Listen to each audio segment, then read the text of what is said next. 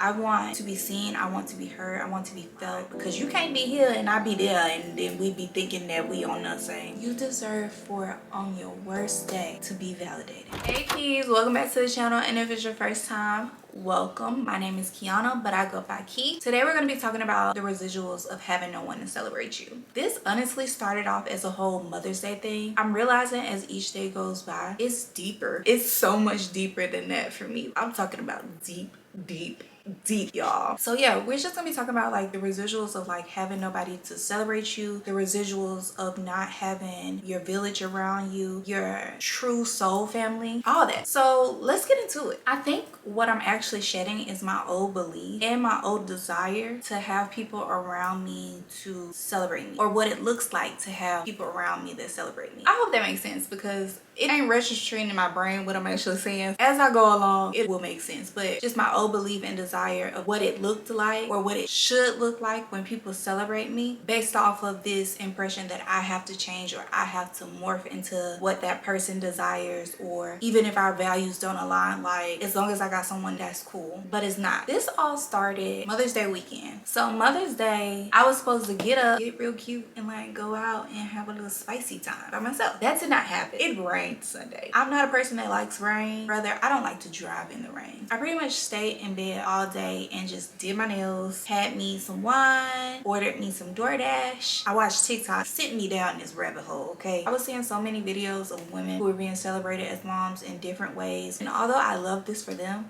it made me literally be like, oh my goodness, I don't have that. Where are my people? Where's my person? My daughter's only 5, so she can't do that for me for real, you know, unless I sit down and do it with her for real. I think I'm just like tired of doing that. It takes like the specialness out of it a little bit when you are the one that constantly has to do these things technically for yourself. The next day I was like digging deeper into these things. Is this really about not being celebrated, not having a person in my life to celebrate me, or is this really about my daughter not being with me? It wasn't until yesterday, and actually really today, that it hit me. It's not about just Mother's Day for me. It is about having a village around me that supports me and sees me for who I am. I've grown so much. At 32 years old now, my values are not the same as when I was a little kid, or when I was a teenager, or when I was a young adult, or even in my late 20s. They're not the same. I value so many different things in the relationships in my life. I value different things out of them than I did then. Before, I was seeking external validation from people who do not have the ability or the authority to validate me. Only I can do that. And now I'm in a place where I'm recognizing that. Like, I'm recognizing, yes, I want to be seen and heard, because that's what it goes back to. This Mother's Day weekend for me was not that I just want to be celebrated for Mother's Day. It was, I want to be celebrated, period, in my life, in my relationships. I want to be seen. I want to be heard. I want to be felt. I want to be supported. I want to be loved. Although I wanted those things when I was younger, I was going about it the wrong way. I thought it was going to validate my work or my purpose for some reason. Now, I don't want it for that reason. I want it because it makes me feel good. And it makes me feel good because when you have people around you who are authentic and are truly there because they love you, it does something to your vibration. It uplifts you. It makes you feel like anything is possible.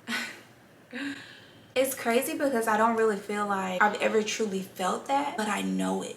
And I know it because there's a part of me within me that desires it and knows that it's possible, that it's meant for me, that this is how I was supposed to be loved all along. Because that's how I love my friends. That's how I show up for my people. So why can't I get the same in return? Why can't you get the same in return? There was a Mother's Day video that I posted like years ago on here. And although this video isn't specifically about Mother's Day, it stems from my Mother's Day experience, I do want to touch on that because I talked about not having people around you to celebrate you, and things that I was doing with my baby to make me still be able to feel like I was being celebrated, especially as a single mom, celebrated and loved. It was one thing that I noticed in that video. I was so wrapped up in I know what I do and that's all that matters, and I think that's because of like how past situations kind of ended and stuff. It just shifted me into that mindset. I still know who I am. I still know what I do. And while I was choosing to celebrate myself, I think that's absolutely amazing. But it doesn't mean that others can't. There was balance that needed to happen. And I think now I'm in a space where that balance is occurring. Yes, I'm going to continue to celebrate myself. So here are the invitations. Here are the things that I'm going to do now that all of this has came into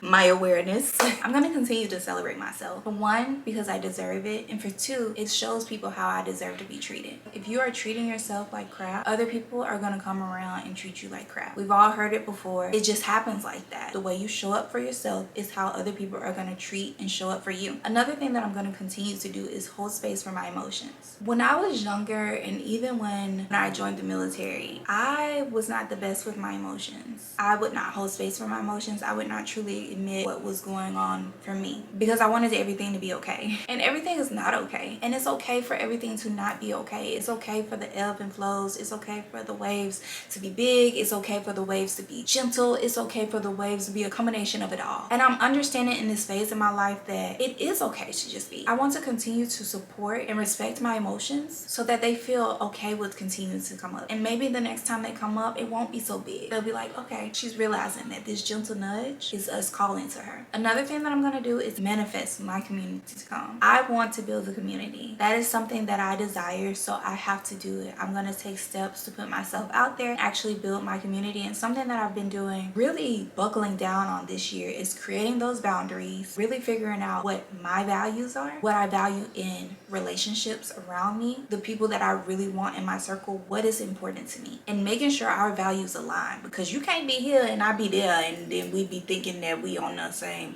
Nah, that ain't working. We can have different interests and stuff. At the end of the day, do our values align? Are they the same? What are we doing here? We ain't got to be the exact same person, but we need to make sure that at the base, at our core, we care about the same things. So I'm building my community. Similar values as me. I'm building my community with better boundaries. And I'm building my community with a better sense of myself and a better love for myself. And I think that's the most important thing. Because like I said, how you treat yourself is how people gonna treat you. So these are my things that I'm doing. As always, I'm going to invite you to do one, maybe a couple, maybe all of them. Whatever it is that you feel called to do, that you feel like is in alignment for you. And if you have tried any of these things, or you plan on trying any of these things, drop it in the comments. I appreciate y'all so much. I want y'all to know that y'all are deserving of beautiful, flourishing relationships. Y'all deserve to know love at its purest form. You are love at its purest form. You deserve to be celebrated. You deserve to be around people that make you feel good, that don't make you feel like you have to change or morph into Carrie or Raven. You don't have to be these people.